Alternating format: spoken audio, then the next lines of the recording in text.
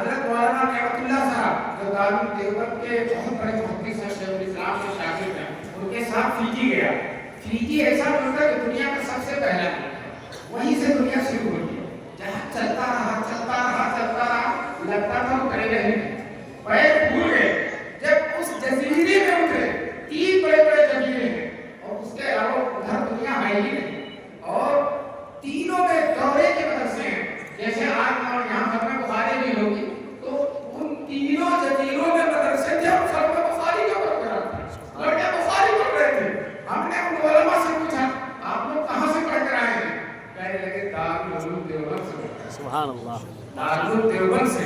کہنے والے نے کہا ہے گائے کچھ مرد نرگس نے، کچھ لالے نے، کچھ گل نے، چمن میں ہر طرف بکھری ہوئی ہے داستان میری. بتاؤ جو دیوبند کی مخالفت کرے گا وہ اسلام کا ہمدرد کہا جائے؟ نہیں کہا جائے. یہ محمد علی انجینئر صحابہ کی مخالفت کرتا ہے. صحابہ کے بارے میں حضور نے فرمایا ہے جو میرے صحابہ سے محبت رکھتا ہے وہ مجھ سے محبت رکھتا ہے، اور جو مجھ سے محبت کرتا ہے وہ مجھ سے محبت کرتا ہے. اور یہ شخص صحابہ کو برا بلا کر حضرت سیدنا معاویہ کو برا بلا کر. حضرت سیدنا معاویہ کوئی معمولی صحابی نہیں ہے. ایک دن حضور صلی اللہ علیہ وسلم نے حضرت معاویہ کو اپنے سواری پر اونٹ پر پیچھے بٹھایا. حضور آگے ہیں، سواری چلا رہے، ہم پیچھے کر کے معاویہ بیٹھے ہوئے اور اونٹ کی سواری تو بے معنی ہلتی ہے. تو حضور پیچھے مڑ کر کہتے ہیں معاویہ میرے جسم سے تمہارے جسم کا کون سا حصہ ملا ہوا ہے؟ تو حضرت معاویہ کا اللہ قسم سینہ ملا ہوا اور پیٹ ملا ہوا. آپ کے جسم سے میرا سینہ اور پیٹ ملا ہوا. حضرت حضور نے دعا فرمائی اللہم اے اللہ علم سے، جس کی علم کی دعائیں کی ہے کس نے رسول پاک صلی اللہ علیہ وسلم. روایتوں میں آتا ہے ایک پہلوان آیا حضور کے پاس. پہلوان اکثر اکھاڑوں میں رہتے ہیں، تہذیب و تمدن سے کم آشنا ہوتے ہیں اور وہ بڑوں کا ادب نہیں جانتا تھا. وہ آیا اور حضور سے ایسے کہنے لگا اللہ رسول آپ سے کتنی لڑکی ہوئی ایسے ایسے حضور سے ذہن کرنے لگا. حضور شرم حیا کے مجسمہ سر جھکائے بیٹھے ہوئے. دوبارہ کہا، تیسری دفعہ کہا تو حضرت معاویہ کھڑے ہو گئے اور کہنے لگے اللہ کے دشمن آپ پہلے مجھ سے لڑ لیں، آپ پہلے مجھ سے لڑ لیں. تو حضور نے دعا کیا اے اللہ اس معاویہ کو کبھی مغلوب نہیں کیا. آپ دیکھیں پیاری پیاری دعائیں کر رسول پاک. ایک صحابی سے بھی اگر کوئی بغض رکھے گا یاد رکھو رسول پاک صلی اللہ علیہ وسلم سے بغض کا سرچشمہ ہے اس کے دل کے اندر، بغض کی بنیاد اس کے دل کے اندر پڑی ہوئی ہے. اللہ تعالیٰ سب کو صحابہ سے محبت کرنے کی توفیق. آمین. اور یہ محمد علی صحابہ پر تنقید کرتا ہے. تنقید کرنے کے لیے اسے کوئی اور نہیں ملا. اپنے بھائی سے کسی آدمی کو کر دیتا صحابہ پر ہو گیا. کہاں صحابی ہے، کہاں یہ، کہاں راجہ بھوج، کہاں بھوجو، کوئی نسبت نہیں. تنقید کر رہا صحابہ کا اور جو علماء دیوبند کا تنقید کر رہا ہے. دوستو صورتحال یہ ہے، نوجوانوں سے کہتا ہوں کہ جو لوگ محمد علی انجینئر کو فالو کریں گے وہ اپنے ایمان کو برباد کریں گے. وہ ایمان جس کی حضور نے تعریف کی ہے اس ایمان کو ختم کر دیا. اس لیے حضور نے فرمایا ہے جب علماء باقی نہیں رہیں گے لوگ جہلا کو پیشوا بنائیں گے اور ذلو فاذلو، خود گمراہ ہوں گے اور دوسروں کو کیا کریں گے؟ گمراہ کریں گے. یہاں علماء بیٹھے ہوئے ہیں اور معزز عالم مفتی ریاست صاحب ہیں کہ چلے گئے ہیں بیٹھے ہوئے ہیں. گلزار پاکستان اس کتاب ہے فارسی کی، بچے پڑھتے ہیں. اس میں لکھا ہوا ہے کہ ایک ڈاکٹر، ایک طبیب حکیم قبرستان کے پاس سے جب گزرتا تھا چہرہ چھپا لیتا تھا. لوگوں نے پوچھا چہرہ کیوں چھپا لیتے؟ کہنے لگا ایک قبر والوں سے شرم آتی ہے، سب میری ہی دوا کھا کر مرے، میری ہی دوا کھا کھا کر مرے. یہی حال محمد علی انجینئر کا جاہلیہ مطلق ہے. دوستو چیلنج کرتا ہے، تاریخ مسعود پہنچ گئے کہ اور یہ چیلنج کر دیا کہ آپ اب آگے ہمارا مقابلہ کر لیں. تو جیسے میں نے بتایا نا یہ لوگ عوام کو حدیثیں مانگتے ہوئے تھے اور جب علماء کے پاس جاؤ تو چپ ہو جاتے ہیں. اسی طرح سے عالم کو دیکھ کر، طلبا کو دیکھ کر، عوام کو دیکھ کر محمد علی انجینئر بڑی مٹک مٹک کے باتیں کرتا ہے. لیکن جب کوئی عالم آ جاتا ہے تو وہ ایسا غائب ہو جاتا ہے جیسے کہ سب سے سیکھ آدمی ہے. دوستو یہ سب گمراہ قسم کے لوگ ہیں، ہمارے ایمان کو برباد کرنے والے ہیں. اللہ تعالیٰ ہم سب کو اپنے ایمان کی حفاظت کی. آمین. ہمارے پاس ایمان کے علاوہ ہے کیا؟ ایک بزرگ تھے، بادشاہ نے کہا اللہ والے تو بادشاہ نے کہا آپ امامت کر لیجیے، ہماری نماز پڑھا لیجیے. دوستوں اگر بادشاہ کہے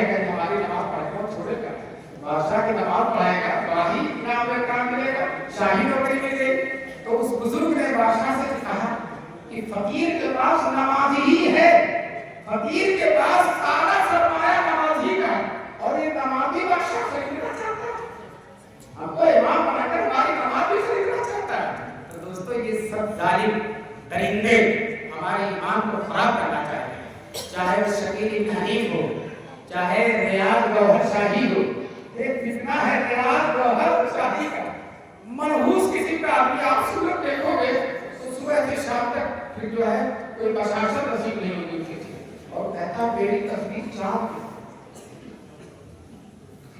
اس تو کیا ہے انفن پھر ماں و اس تو جو کہتا ہے میں جملے کا ترجمہ نہیں کروں گا، کسی آئے سے پوچھ لیجیے گا، تو وہ کہتا میری تصویر چاند میں ہے، پھر ایک دن کہنے لگا میری تصویر حجر اسود میں ہے، اور جس کی تصویر حجر اسود میں ہوگی وہ مہدی ہوگا۔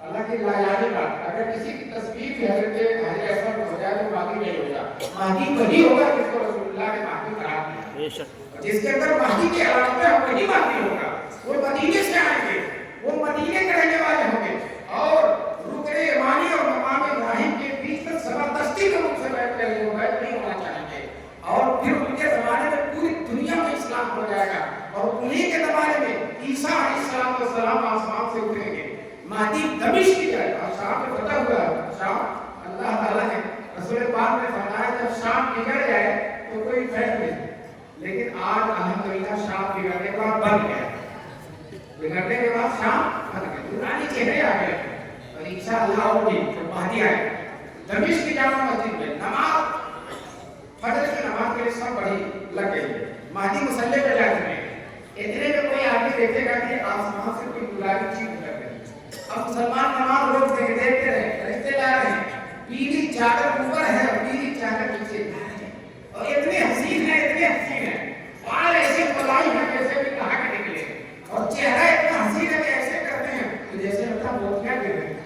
دوستو فرشتے کنارے کو چھوڑ کر ان کو چلے جائیں گے، مسلمان سیڑھی لگا کر ان کو اتاریں گے، اور پھر وہاں پر سب پہ کھڑے ہو جائیں گے، مہدی پیچھے ہو جائیں گے، عیسیٰ علیہ السلام سے کہیں گے آپ نماز پڑھائیں گے، عیسیٰ علیہ السلام کہیں گے کہ آپ یہ نماز آپ بھی پڑھائیں گے، اس امت کے اعلان کو انہیں کے پیچھے عیسیٰ علیہ السلام، یہ فخر کی بات نہیں ہے، حضور کے امتی کے پیچھے عیسیٰ علیہ السلام نماز پڑھا، اور یہ باتیں صحیح روایت ہیں۔ دوستو اس کے بعد یہ لوگ دجال کو مقابلہ کریں گے اور دجال کو ختم کر دیں گے۔ اب یہ محمد شکیل بن حنیف یہ کہتا ہے میں ہی مہدی بھی ہوں میں ہی عیسیٰ بھی ہوں، دونوں میں ہی ہوں، کوئی وعدہ چھوڑنا نہیں، وہ کہا جاتا ہے عیسیٰ کو مینارے پر سے اتریں گے، آسمان سے اتریں گے، تو کہتا ہے بخاری اور مسلم میں صرف یہ کہ اتریں گے، صرف یہ ہے اتریں گے، اگر صرف یہی ہو کہ اتریں، حالانکہ بحقی وغیرہ کے میں آسمان سے اتریں گے اور بھی حسین اسے بات کرتا ہے، لیکن وہ کہتا ہے کہ ان کے بارے میں اتریں گے، میں دربھنگا سے ٹرین پر بیٹھ کر آ کر دلی کو اترا، میں دربھنگا سے تو اتنا ہی صاحب ہے، تو ٹرین سے اترے ہی صاحب ہے، آپ لوگ کتنے دفعہ ٹرین سے اترے ہوں گے، تو کیا جو ٹرین سے یہ سب ڈاکو ہے ہمارے، ہم ان شکیلیوں کو کبھی نہیں معاف کرتے، یہ اگرچہ بڑے بڑے بال رکھتے ہیں، ٹوپی رکھتے ہیں، شلوار پہنتے ہیں، جیسے لگتا ہے جبریل ابھی کے چھوٹے بھائی ہیں، حالانکہ ان کے سینے کے اندر ایمان نہیں ہے، جو عیسیٰ نہ ہو اس کو عیسیٰ مان لے، مہدی نہ ہو اس کو مہدی مان لے، عیسیٰ علیہ السلام کی روایتیں متواتر ہیں، میں نے مولانا نعمت اللہ صاحب سے تحقیق کی، حضرت نے فرمایا جو عیسیٰ علیہ السلام کی روایتوں کا انکار کرے گا وہ کافر ہو جائے گا، اور یہ عیسیٰ علیہ السلام کی روایتوں کا کیا کرے گا، اس لیے کافر ہے، ایمان کے کوئی حصہ نہیں، لیکن اگر موقع مل جاتا تو مسلح پر بڑھ جاتا ہے، اور بہت سی مسجدوں میں معتکفین کے ساتھ جا کر احتکام میں بیٹھ جاتے ہیں، اب جب ان کی پٹائی کرو، حالانکہ پٹائی نہیں کرنا چاہیے، معلوم ہاتھ میں نہیں لینا چاہیے، پولیس کے حوالے کر دینا، بہرحال جب کی پٹائی کرو تو کہتے ہیں پیچھو یہ کام کرتا، صحابہ بھی بہت مارتا ہے، ہم شکیل ابن حنیف کے صحابی ہیں، ہم شکیل ابن حنیف کے صحابی ہیں، بہرحال یہ مختصر وقت ابھی آپ کے سامنے درس بخاری ہوگا، یہ چند مختصر لمحات میں جو باتیں میں نے ایمان کی نسبت سے اور جتنوں کے مقابلے کی نسبت سے کی ہیں، اللہ تعالیٰ ہم سب کو حدیثوں پر عمل کرنے کی آمین۔ ہوشیاری علماء دیوبند کے نقشے قدم کرتے ہیں، یہ اس زمانے میں وارث اور جانشین ہے جناب رسول پاک صلی اللہ علیہ وسلم۔ ایک شاعر دیوبند گیا تو اس نے شعر کہا گمسم کھڑا ہوں روضہ قاسم کے سامنے، ملت کا وہ امیر، وہ ملت کا پاسبان۔ پھر اس نے شعر کہا، دیوبند میں حدیث تفسیر فقہ اتنی پڑھائی جاتی ہے، اس نے شعر کہا، روح ابو حنیفہ یہی آس پاس ہے، روح ابو حنیفہ یہی آس پاس ہے۔ وہ تاج الدین اشرف صاحب کے جو شاعر تھے، بنارس کے رہنے والے تھے، انتقال ہو گیا، اللہ ان کو جنت نصیب فرمائے۔ میں نے ان کے شعر میں تھوڑی سی تبدیلی کر دی ہے، اور میں نے یہ کہہ دیا، روح سرور کونین یہی آس پاس ہے، روح ابو حنیفہ ہی نہیں، روح سرور کونین یہی آس پاس ہے۔ اللہ تعالیٰ سب کو دین کی، علم کی، علماء دیوبند کی قدر کرنے کی توفیق عطا فرمائے۔ اور دور دراز سے جو حضرات آپ لوگ تشریف لائے ہیں، اللہ آپ کے حالے کو شرف قبولیت سے نوازے، اور مولانا اسلم صاحب کو اللہ تعالیٰ اسلم رکھے۔ سالم سے زیادہ اگر کوئی ہو تو اس کو کیا کہتے ہیں؟ تو میں یہ نہیں کہتا صحیح سالم رکھے، بلکہ اللہ تعالیٰ اس کو اکرم و اسلم رکھے۔ اللہ تعالیٰ سب کو دین پر چلنے کی توفیق نصیب فرمائے۔ وآخر دعوانا الحمدللہ۔